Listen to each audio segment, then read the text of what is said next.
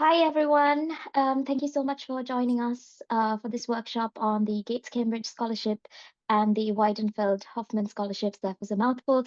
Uh, um,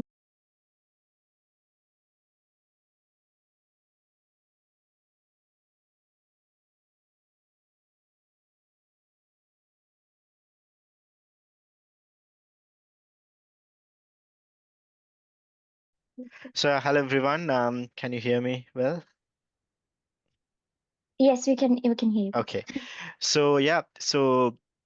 Nice to meet you all. So, I'm a Gates Cambridge scholar. I'm actually a Gates Cambridge alumni now. So, I applied for Gates Cambridge scholarship like about 9 years ago, and so went to the university and did my 4 years at the university, and afterwards went back to Sri Lanka and now back in the UK now. So, I had my kind of nice journey. But the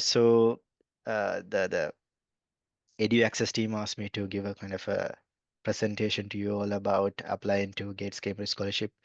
So I actually reached out to the Cambridge Trust and Gates Cambridge Trust, and they kindly offered me a couple of slides. So these some of these are from there. So I'll give you kind of like the standard uh, the the approach for applying for the Gates Cambridge Scholarship, some background, and also I'll give you kind of like my tips on like what sort of things you have to do as well. So in numbers, if you look at Gates Cambridge Scholarship, so more than 6,000 applicants are received each year. Uh, and so far, more than 2,200 the scholarships have been awarded from 2000. And so yeah, more than 700 universities. There are people from more than 700 universities. So at a given time, there are more than 250 scholars in residence in Cambridge, and more than 115 countries represented, including Sri Lanka. And each year they offer about 75 new scholarships each year. Actually, you are in luck because if you're applying this year, it's the 25th anniversary of the scholarship. So because of that, they'll be providing some additional scholarships as well. So they asked me to tell you that there'll be some. So this year you'll have the opportunity to apply for some additional scholarships as well. And of course, I mean, this scholarship is offered from a generous donation from Bill and Melinda Gates Foundation. Can you go to the next slide, please?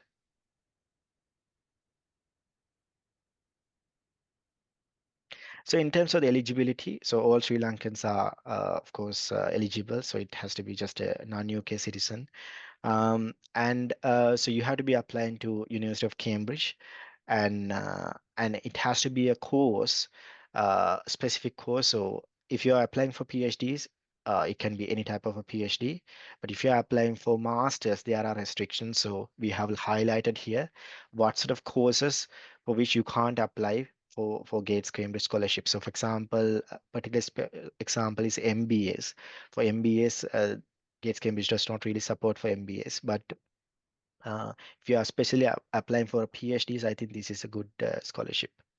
Next slide, please. Yeah, so now I want to highlight some of the things, just kind of like just to kind of set the seed. I need to explain you kind of why you should be applying for that and what is really unique about Gates Cambridge Scholarship. I think one of the most kind of unique things about Gates Cambridge Scholarship is the scholar community. So, like I said, at a given time, there's 250 scholars in residence. So the trust does a lot of work to basically make sure that these scholars have opportunities for kind of networking and opportunities for collaborations. So that is one of their main goals. So that means basically you will go and meet them in spaces. There are a lot of events and there are a lot of trips and all those things. So those are all designed to kind of make sure there's collaboration. And you can imagine these people are coming from around the world, and also like all of these people with high ambitions, and you will create lifelong friendships with them, and you will meet some people who have kind of like the similar attitudes you have and similar kind of the goals, and you can initiate collaborative opportunities with them, and so you get all those opportunities. And there's a scholar council which is like looking after the welfare of the scholars, and they plan various events. And so I actually got the opportunity to be the technical a team member for the Scholar Council as well for 1 year. And also there's various events. For example, there's an event called Day of Engagement, annual lectures, annual galas, and all those social and kind of academic events are there. We lost Radhini again. Okay, so let me share the screen again. Can you see my screen? Can you see my screen? Yes, we can see it. All right, Yes. thanks. So yeah, so what's if you just look at like what are the additional unique things about the scholarship? So this is actually a facility that is not like that was not there at the time I was a student. But so we have a kind of community space. We had a community space. Now they have upgraded to a like a specific like larger facility. So this space is basically dedicated only for Gates Cambridge scholars. So that is a space where you can organize events, you can go and study, you can have kind of collaborative discussions like the photo here. And also, the Cambridge Trust is also actually located in the same building in a different floor. So you get the opportunity to go and talk to them as well. And also, I think one of the most unique things about the scholarship is really the generous funding. So of course you get the tuition fees and the maintenance allowance, but the maintenance allowance is slightly higher than the other scholarships in Cambridge. And also they offer you the airfare at the beginning and at the end of the course. And also actually this last one is very useful. So all the visa costs, and also like if you're applying from if you're a Sri Lankan citizen applying here, you'll have to pay for immigration health surcharge that comes to a significant amount of money for the 4 year period. So that's also paid by the trust. In addition to that, there's other funding as well, for example, for conferences. And also one thing to note is if you have like family, if you have a family and if you have kids, for example, so don't get discouraged to apply for these scholarships. Actually, this scholarship actually encourage you to apply. And on top, it provides even funding for example, if you have a kid, the scholarship offers funding as well. Um, And so there's other unique things about, for example, after the degree as well, you get additional benefits. For example, like high-profile consultancy firms like McKinsey, BCG, and other high-profile universities, they have specific kind of people allocated to kind of recruit Gates Cambridge scholars themselves. So you get those opportunities. And also there's alumni network. I think that is probably like the kind of the most notable thing is that there's alumni, for example, astronauts, historians, vocalists, and all those variety of people who will like who are your friends who will be like after the degree you'll have to like you can say like these are kind of your friends. And also the support from the trust. Even when you are an alumni, you'll get the support from the trust. So I'm sure it looks all kind of interesting. So let's discuss how can you actually kind of apply and get this scholarship. So there's really four key areas where the scholarship looks at. The first is the outstanding intellectual ability. Second is reason for choice of the course. And the third is commitment to improving the lives of others. And the fourth is leadership potential. So I'll explain them in a bit detail now. So first is academic excellence. So when you say academic excellence, it does not mean that you have to be the kind of the top of the class, but you have to have like you have to prove in a variety of ways that you are at the top of basically kind of the you are in the kind of the top highest percentiles of basically in terms of academic excellence. So you can show this in multitude of ways. You can use your transcripts. You can show if you have any awards. You can use references. You can explain about your experiences. And if you have any publications, you can highlight about your publications as well. And the second thing is the reasons for choice of the course. This is something very important. You have to make sure whatever the specific course you're applying and the specific department you're applying, you have to go there and check what is really unique about that course. And you have to make the case in your application that this specific course or this specific center has these specific laboratory facilities that will be very kind of very important for the specific research I'm doing. So you have to basically specifically say why do you specifically want to study this course at Cambridge, and that has to nicely align with your future aspirations as well. And the third thing is the commitment to improving the lives of others. So you can show this also in multitude of ways. You can show your past experience, your current work you are doing, and also your future commitment. So this can be in various ways. For example, you can show about like your voluntary activities, your professional commitment. Is also possible, like various work you did that will help indirectly to the people at large, basically. And capacity for leadership. So uh, this is also where you can showcase basically, it doesn't mean you should have basically had like large leadership roles already, but it just means that you have the capacity for leadership. Even with small leadership activities you have done, if you can showcase that you have the capacity and you have that mindset of kind of bringing other people with you, this is a attribute you can show basically. So in terms of the timeline, so United States applicants, there's actually two rounds. So the US round is actually deadline is actually we have already passed the deadline. However, if you're applying from Sri Lanka or anywhere around the world, the next deadline is on the 3rd of December for most of the applications. But for some of the courses, some of the courses it's 7th of January. And then if you get selected, you will have the interviews in March. So how to apply for the course? So there's actually a lot of text here, but basically the summary is that you basically apply through the university standard application portal. So the Gates Cambridge application is part of the university standard application. So when you apply for the scholarship, you just have to take a box and then select that you will be applying for the Gates Cambridge scholarship. If you select that you are applying for that scholarship, you have to give three things. So additional three things. One is you have to give a Gates Cambridge statement, which is about 3,000 characters. Sorry. And also you had to give a research proposal, and also you had to give a Gates Cambridge reference. So if you talk about Gates Cambridge statement, so this is a 3,000. I think this is probably the most important thing you have to prepare basically. So in this Gates Cambridge statement, it's about 3,000 characters, so about 500 words. So you have to be very careful with the words that you use, and you have to make sure that within that 500 words, you highlight and hit all those four attributes very nicely. So how do you do that? You should not really go and basically explain like okay academic work and then just summarize like this is the work you did. It should not be like that. You should be really creating a coherent story. I remember when I had to basically prepare that story, I was thinking how can I actually prepare this, because it's like it sounds very kind of strange. And then what I did was basically I went like and just really thought, why do I really want to? So this is an advice for you. You can also think, why do you really want to do this specific course?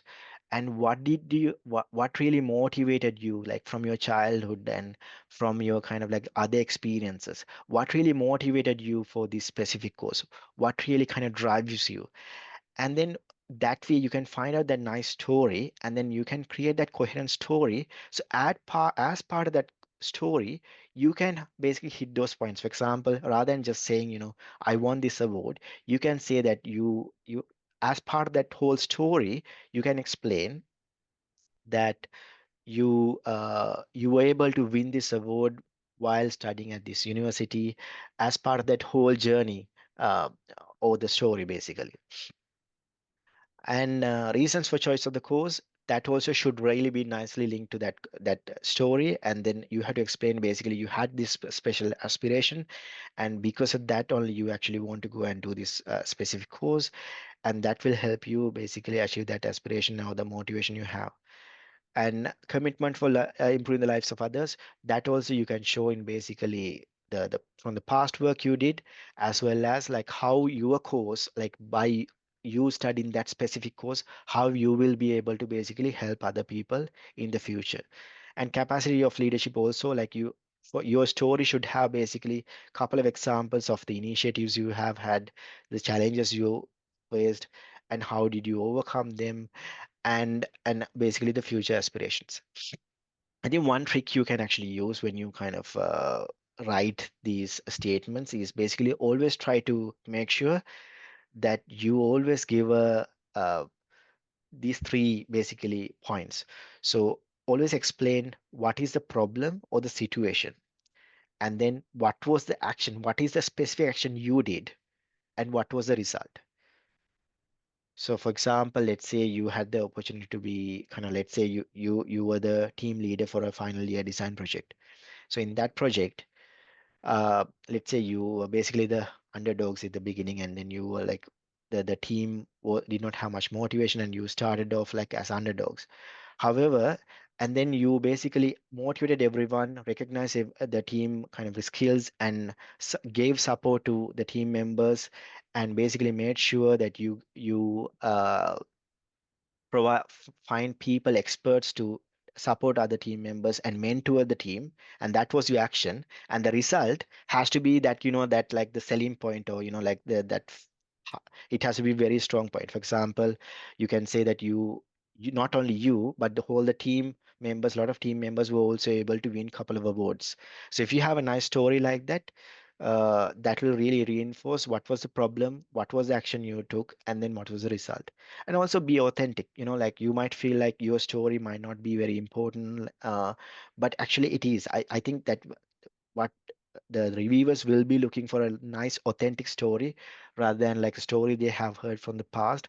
So your specific story, your specific experience, whether it's a negative experience that encourage you to specific this course, or whether it's a positive story that actually encourage you to apply for this course, whatever, that authentic story will really help you kind of showcase your uniqueness. And then, of course, if you're applying for a PhD, you will have to prepare a research proposal as well. So for this one, I don't think you will have much guidance on the application portal, but you have to basically follow the specific guidance from the department or the course you're applying. And so this is somewhere you can actually show the academic excellence. For example, if you're not like having a very high kind of academic uh, record, this is somewhere you can actually showcase that you have that ability, because this is where you can actually prepare a research proposal and showcase that you have that ability for research.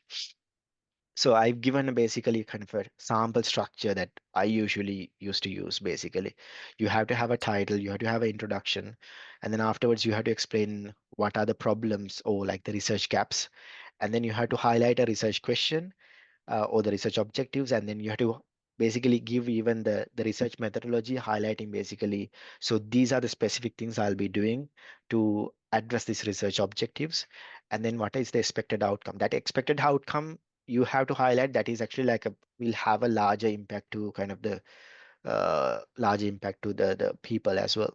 And then timeline, and then references. You have to make sure you read at least 20 papers to prepare the strong research proposal. And other thing is letter of recommendation. So for Gates Cambridge Scholarship, you have to have an additional letter of recommendation, and this letter of recommendation has to be very strong, and it has to be it's from someone who knows you very well, and ideally it's one of your managers, or uh, ideally a lecturer or professor who knows you well. And so they have to, okay, someone's waiting, let's at them. So that person has to basically, and you have to basically explain to the your professor or the lecturer uh, that these are the specific attributes Gates Cambridge is looking for. So if they say basically if they only highlight your academic attributes, that won't help you. So they should be actually explaining all of those attributes about you as well, basically. And selection process. So basically, the first selection will be from the department. The department will basically nominate small number of eligible candidates uh, to the scholarship, and then all candidates nominated by the academic departments will be interviewed in March. And in the interview, they will ask you various questions to highlight, basically, check your ability. So in the interview, so let's actually focus on what we discussed so far. Basically, if you get to the interview stage, do contact me and I can help you, with like just getting ready for the interviews. Uh, so in the interview, there's really four sections. So first you will get an introduction, and then they will ask you basically why Gates Cambridge and your academic career and academic and career plans and final thoughts. In addition to these, there will be some other like questions, or like there might be some sample questions as well. So all of those I can help you with that. So if you get to the interview stage, so if you have any questions, do look at Gates Cambridge website, or feel free to contact me um, through Project Educa Access. So yeah, so that's it about Gates Cambridge Scholarship. Dulanjali, would you like to continue? Okay, great. Hello, guys. Hope everybody is doing well. And Kasun, would you like to share your screen and move the slides for me, or should I Yeah, share my yeah. screen? Oh, that's fine. Okay, sounds great. Okay. So hope everyone is having a great time back in Sri Lanka. So I'm a Weidenfeld-Hoffmann scholar from this current cohort. My name is Dulanjali. So let's take a look at what is in Weidenfeld-Hoffmann Scholarship. So it's the largest philanthropic scholarship supported by Oxford University. And if you are planning to apply for master's degree program, for example, at Oxford University, then you could apply for the WHT scholarship. And it's not just a scholarship, but what I mean by this is it's also combined with a comprehensive program for leadership development. So you are getting more than a fund. So this scholarship is for graduates or even professionals, especially coming from developing and emerging economies. And it's only for taught masters, we have to remember that, and full-time taught masters. And it's not available for other programs, such as the research programs like DPhil, for example. And scholarship covers 100% course fee. And it also gives a stipend of about, this time it was 19,000 pounds per year. And it supports 30 graduates per year. And it also has partnership with Chevening Scholarship and another thing called the Hope Scholarship, which is for students who are applying coming from a displaced background. So it's not in our case. Yeah, so I'm going to talk a bit about the leadership program that is offered from the WHT scholarship. So like I told you, it's not just funding your program, but it's also giving you some added bundle of skills, which is going to be important in your future career. So one is the moral philosophy seminar. It'll go through the entire year of your course intermittently. And also there's another one called the business challenge, where they provide you with a business idea on which you are supposed to develop. And at the end of the year, you can present it in front of an audience, which consists of different investors. So after the final pitch, maybe you will get investors to invest in your business idea. So if that's the case, you could even go on for other avenues after that. So it also provides communication skill workshops and different debates and networking opportunities throughout the program, because we have an extensive number of qualified alumni in our program. And also it provides long-term mentoring support. And this is the photo shows our current cohort. Yeah, and that's our cohort, yeah. Next slide, please. Yeah, so let's talk a bit about the eligibility criteria. So like I told you, there are courses which are eligible for this program, and you can find it in the program website. And you should be necessarily applying for one of these courses to be eligible to apply for the WHT scholarship, and it's generally master's degrees. And there is a country list in the website as well. And fortunately, Sri Lanka is one of the countries. There's no age limit for the scholarship. However, during the application process, what you are expected to do is to demonstrate a connection between the subject of study that you are interested in taking up and also your future career objectives. So you have to show a connection between the two from where you are and where you're going to be in the future. That's something that they look for. And also, they have access to the graduate application form, and also you will be submitting something called the WHT scholarship statement. And if you're lucky, if you're successful, then you are called in for interviews. And I will not call this an eligibility criteria, but of course, I think you are expected to return back to your home country at the end of the program. And that is one of the expectations. This is not soon after the program ends, but because we understand that you have different other commitments and maybe internships that you're planning to take up, but at least like within about few years period, you're expected to go back to your home country where you're trying to apply this knowledge that you have learned at Oxford to your community to bring some developments in your community. Next slide, please. Yeah, so this is a list of eligible courses. You can see it in the website. Next slide, please. Yeah, so let's talk a bit about the timeline. So applications are currently open. So what happens is this goes parallel with your graduate application, just like Carson explained about the GATE scholarship. So when you apply for your graduate program on the university portal, then at the same time, you'll be applying for the WHT scholarship program. So on the portal, there is a area for scholarships where you have other scholarships and the scholarships that you are entitled to automatically, and even WHT scholarship. And in that place, you just have to tick WHT and also upload the WHT statement as well. So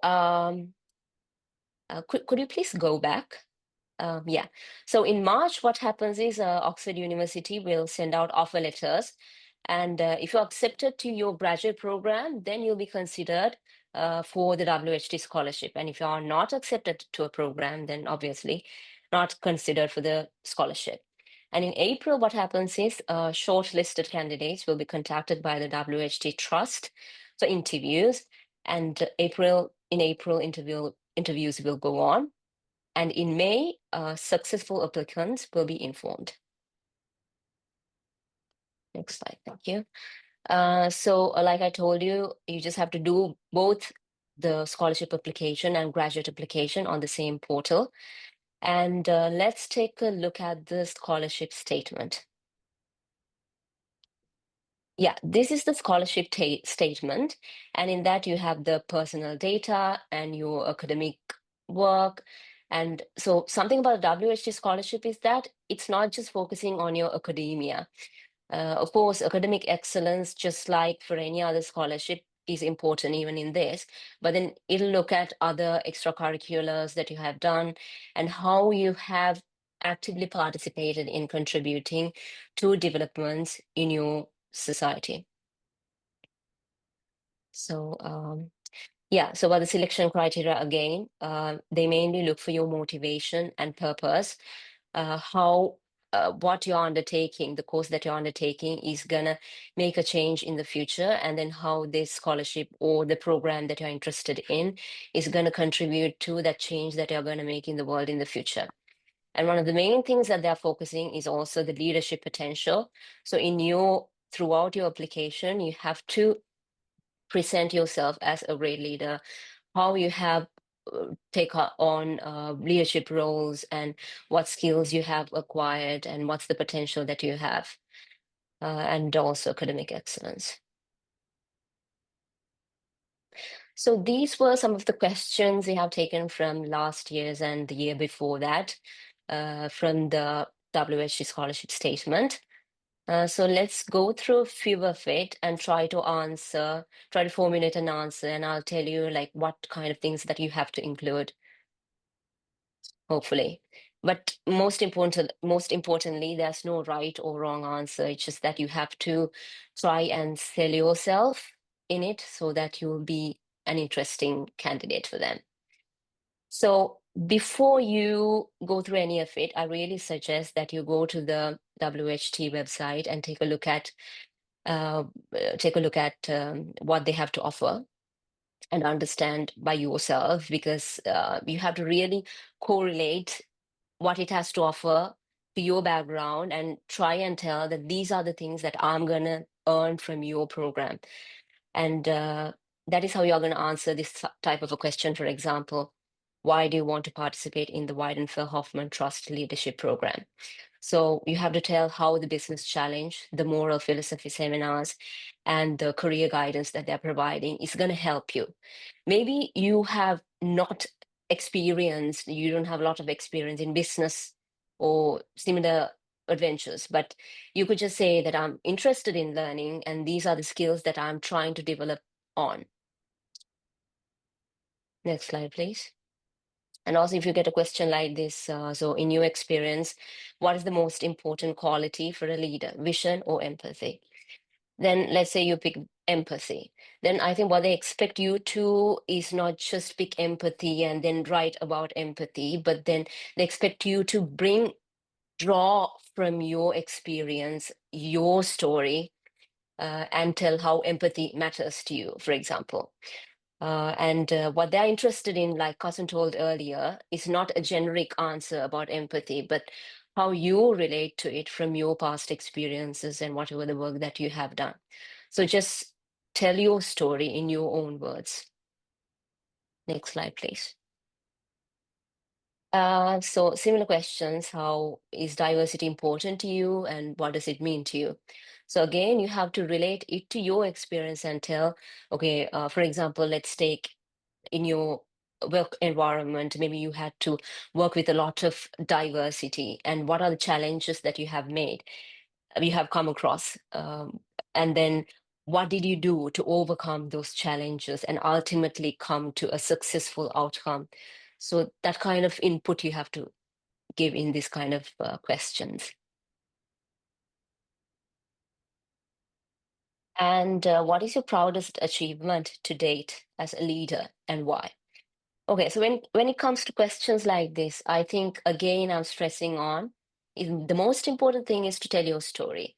And it does not really need exaggeration. You can just stick to your own story and make something out of it, which will be interesting for them, I think. So yeah, we'll move on to the next slide.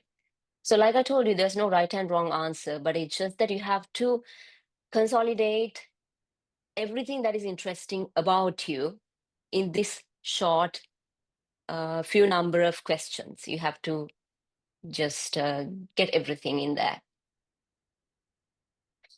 Outline how you anticipate your career progression for the next 5 years after completing your studies at Oxford. So like I told you earlier, they generally expect that you will be returning to your home country and you'll be serving your home country after the course. So in this case, so I'll take an example from my own story. So I'm a physician, I'm a doctor from Sri Lanka. So what I could be telling is that I wish to go back to Sri Lanka and then working as a physician, then how I'm hoping to contribute to society. Maybe I would be interested in research or different publications. Then if you have any particular research interest, then maybe you could mention it in here. Or maybe if I want to join the ministry, for example, it doesn't matter. It doesn't have to be big or small. I would say just aim big, and have big plans. It doesn't matter you're having big plans, just elaborate on it and just have a sense of how you're going to get there. And that's what you have to explain in a question like this. Yeah, so if you have any questions for me or Kasun, I think it's time to shoot them.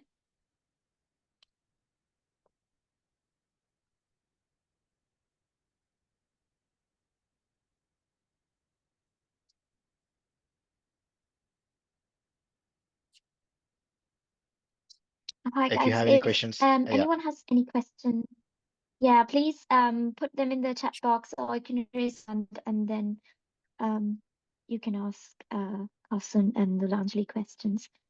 Thank you so much, both of you, for taking over the meeting despite my technical issues. No problem. No We're happy problem, to no do it. problem. Yeah.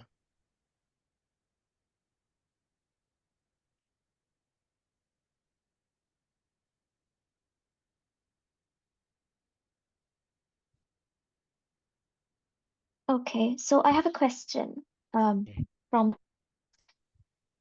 this is a this is about Cambridge. Do we need to submit research proposal for master's degrees as well? So I guess the question is for you, me, right, Radhini? Sorry, I think question was Yeah. like I heard how. Okay.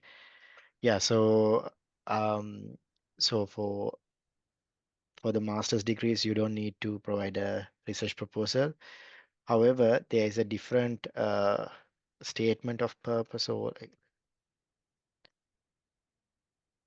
so let me show you this one.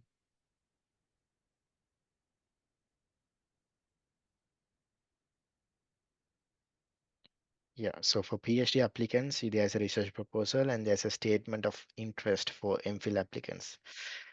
I haven't because I applied for the PhD. I do not really know how the statement of interest works. I'm assuming it's the same as a research proposal. It's basically a watered down version of a research proposal. So, but might as well go ahead and prepare a research proposal for that as well. Then you can just get highlighted. But yeah, so if there's anyone who's applying for this and kind of has questions on this, you can just talk to some of my colleagues who apply for my MPhils and got through.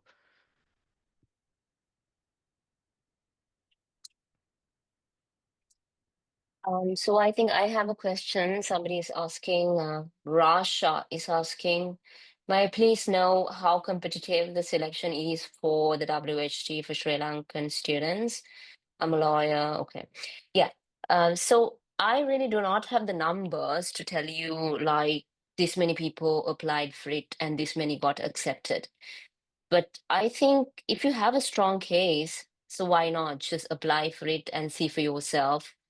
I would say. And so far from Sri Lanka, there's only two scholars.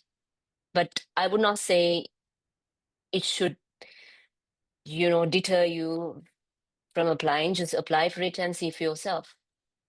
I think Dulanjani, that's something I wanted to highlight as well today. So when I was going to apply for Gates Cambridge scholarship, actually I although I applied and I actually talked to some of the Gates Cambridge scholars and just got some information and I just did my best to apply. But at the time of application, when I saw all those numbers, I thought this is definitely not like going to come to me.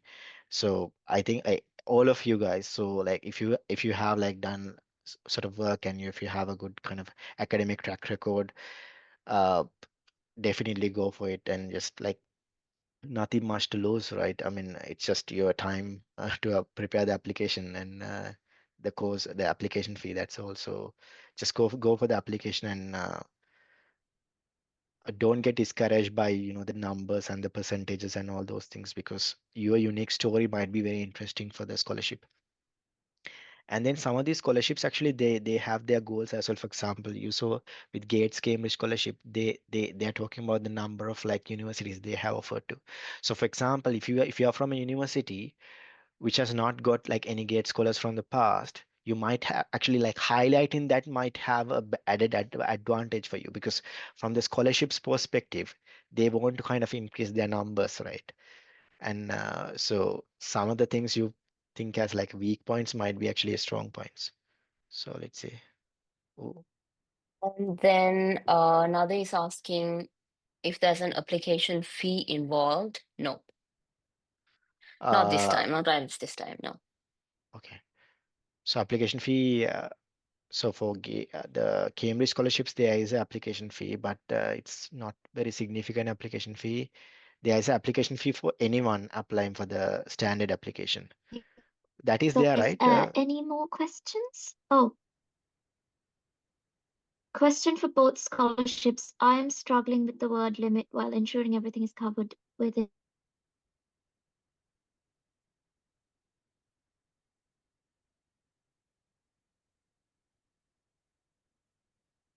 Okay, I'll just read it out. Yeah, so struggling with the word limit while ensuring everything is covered within each essay, okay? Could you please share your personal experience on how you did structure your essay for respective scholarship applications, right? That I would say is a common problem because when we write or when we speak, I feel like we add a lot of unnecessary adjectives and unnecessary words into it. So just write it and take a look at it. What are the words that you can cut off? I'm sure there's a lot. So you have to like critically look at it and just these other words do not matter, like whatever the fancy or whatever the verbose things that you say, it does not really matter. It's just the gist of it and it's the content which matters. So just get your points across and it does not have to be in a flowery way, you know. There has to be certain writing skills and writing styles, but I don't say that you have to add more words into it to make it flowery. Just be precise and to the point and just tell these are the stuff that you have done. So I Carson, have a any question inputs on about. that? Oh yeah, I mean, I had the same problem of like getting everything within the word limit. So that's like you said, Dula, it's actually a classic problem for all of us. So I had the same problem when I applied for chartership recently, and I have a trick. So this is something I did not do actually that time when I applied for Gates scholarship, but this is a trick I use for like my chartership application. Because I need to basically hit like 10 attributes, but at the same time I have so many experiences, I don't know which one to really use. So the problem you have is the same, right? You have lots of experiences but you don't know exactly like what sort of things you need to highlight. Something I did was basically I created a table and highlighted basically those four attributes, right?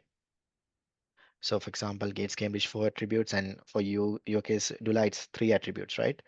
Three, right? So you can highlight those whatever the attributes for the scholarship and then list out your experiences based on that one, and then basically you can pick up the experience. So then you will have so many basically rows of experiences, and then you can make sure you basically pick up the key points from there, and like some of the, especially you don't miss out on basically the key points which highlight basically hit like couple of attributes in one go basically. So that's something I did recently. Maybe that is one way if you have a lot of experiences and kind of if you want to summarize stuff. But yeah, like there's no kind of easy way. It's like you have to prepare the first draft and then prepare the second draft, third draft, and just it's a repetitive process basically. Yeah, and another thing I would like to add to it is probably now when you have the first draft, just go back to it, just give it few days, like after you make the first draft, maybe 2 to 3 days, and go back to it as a new person. Because I feel like you have some, connection. It's like my own work. How can I edit it? That sort of thing. Even I feel sometimes when I write an essay, like I cannot take parts out of it. It's my work, you know. But when you look at it as an outsider, maybe after a week's time, and then you don't have that sort of an intimate connection with the essay probably. So maybe you'll be able to take off some of unnecessary stuff. And another thing you can do is just get somebody to review it for you. So they'll tell you what unnecessary bits and pieces are there which you can edit.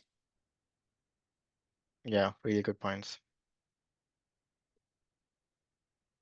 So someone is asking me what is the application fee. So this is basically this Gates Cambridge does not like incur additional application fees. It's just the standard application fee for the university scholarship. So anyone applying for the scholarship, the university will have to pay for that the fee. So yeah, I'm just checking online. It's now it's 50 to 75 pounds. So in rupee terms, it's about 20,000 rupees. Okay, and another is asking, may I kindly know if we have an application fee to apply for the course apart from the scholarship? Yes, for the course, at least at Oxford, I don't know to tell about other universities. I'm sure even in other universities you have a course fee when you apply for it.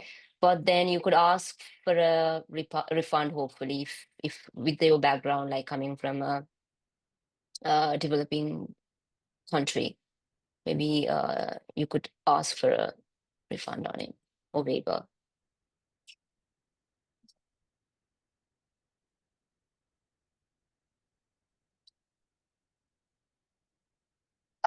So this is regarding the Then publications. When we are applying for masters, do we have to show them a lot of publications? As a fresh graduate, I have only one full paper publication in Sri Lankan journal. Wow, that is impressive. You're applying for a masters, you have one journal paper. I would say that's impressive itself actually, because a lot of people might not even have one journal paper. Like they might be having conference papers. Uh, and just having a journal will really you have to really highlight that in your application basically, that having a journal will make you actually unique. yes, and for you, I think that should be the selling point because coming from Sri Lanka, not a lot of people have publications. So you'll stand out if you sell that point in your application. So there's another question. May I also please know if you are required to return to the country upon the completion of the master's PhD? With Gates scholarship, there's no requirement like that, but like you said, Dula, like you have a requirement for within 5 years you have to go, right? Yes, in WHT, there is a requirement like that. Not soon after, because they don't expect you to like just go home soon after, because we understand that you have sometimes other commitments and you have to do internships in some courses. You can do internships. So if you take up something like that, that should be okay. But generally, it's mentioned. Generally, it's expected that you return to your home country, and it's mentioned in the website as well. So there's another question about, can you please share the slides which had the list of courses? So do we have So s- any of this and all of it, I think it's in the websites, in the WHT in my case. same? I mean, Gates Cambridge website has all this highlighted, and I believe this presentation will also go in the Project Edu Access website as well, so you can have a look at there as well. Oh, so about returning to Sri Lanka, so there's another question. After we return to the country within 5 years, how long are we required to stay in the country? Okay. So they do not really say much about it, right? They just mention it that you're expected to return to your country because I think the whole point is that sometimes like some people when they study abroad they just don't want to go back to their country and then they want to just stay there and then continue, but then what is expected from this particular scholarship program is that you take whatever you can take from your university in the UK, Oxford, or wherever that is. In WHT, it's Oxford. So you take what you can take from Oxford and you take that knowledge home and you apply it to develop your community. That's the whole point. So it's not really mentioned for how long you have to stay in your home country, but it's just mentioned that you have to finish your course and go back to your country. But I'm sure you could come back for your future studies like DPhil or even for a job later on. Okay, there's one more question we missed. Are the scholarships also for MS, PhD integrated programs in life sciences? So yeah, if you have a look at like the both websites, they will highlight basically the specific courses. With Gates Cambridge, all the PhDs are applicable, but MScs, some of the MScs are not applicable. So you have to go to the website and check the list. So how about is for your scholarships, Dula? Yeah, what is that question? So whether whether the scholarships are valid for MS, MSc or PhD integrated programs. No, no, it's not for PhDs or DPhils, no, not for research. It's only for masters, WHT. And then, so going back to the earlier point about having to go back to your home country, but Still, I would say there are WHT scholars from last cohort, like last year, and they're still in the UK, for example. So they are doing other work like internships and stuff. So it's not a big worry, I suppose. There's one more question for you, Tula. Um, yeah. Could you please share? Um, could you please share what does WHT leadership program entails? As I'm trying to answer, how will WHT would be a right fit for the problem I'm trying to resolve in my community? Okay, right. So like I told you, so the WHT leadership program, it comprises of the moral philosophy seminar programs and the business challenge program, communication skill workshops, and networking. Right. So basically, if you take the moral philosophy seminar course, what happens there is we just get together in groups with um, our program coordinators and different lecturers and so on. And then we have discussions on moral problems that countries or the world is facing. And it's not there to tell you like what's morally right or wrong, but it's there to make a better leader out of you. So when you're in a leadership position, then you will look at look at things in a different perspective, probably. So I think that's the point of it. And about the business challenge, so it's aimed at developing this mindset of an entrepreneur. Sometimes I think most of us, like if you are limited to one particular area of study, then you don't really think of business. But then I think business could be incorporated into any area of study. And then that is developing the mindset and developing certain skills. So it's not just applicable to business.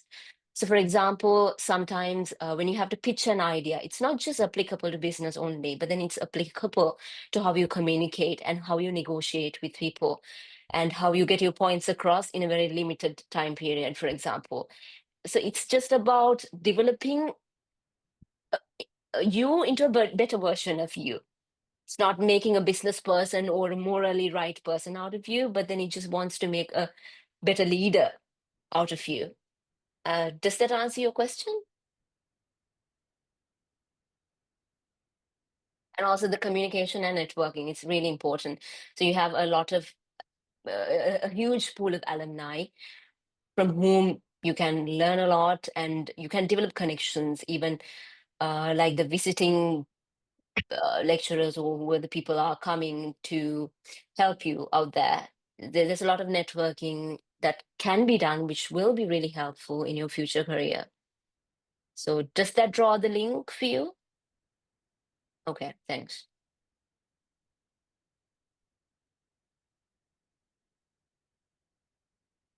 Any other questions?